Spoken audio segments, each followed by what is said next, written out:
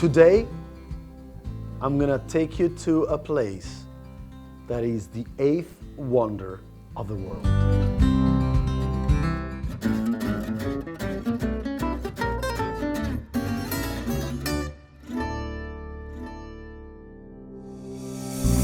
I know that the wonders of the world are 7, but it was Sir Winston Churchill, I'm having one of his cigars right now, that while he was walking in one of these cliffs, on these terraces, like overlooking the lake, he described this beautiful road as the 8th wonder of the world.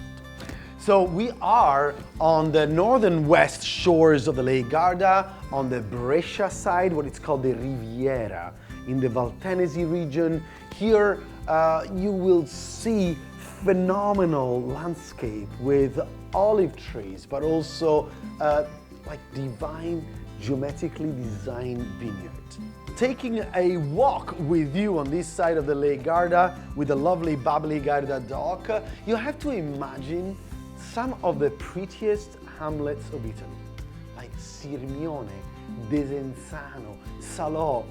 Surely, like these cities, I only discovered them like 10 years ago, but these little towns are almost like cartoon-like. They look so pretty, like just on the lake shores. This is a place for a lot of water sports. And I'm feeling hungry. I can almost smell right now my favorite high-quality comfort food at the end of a lovely sport activity. I can smell the eggplant, the tomato, the lovely mozzarella. I feel like I gotta stop dreaming, or maybe not. This is my northern style Parmigiana. Aha. It's also lactose-free. I've chosen Piave cheese. It's 6 months old. Okay, so dreams come true when Sara is about.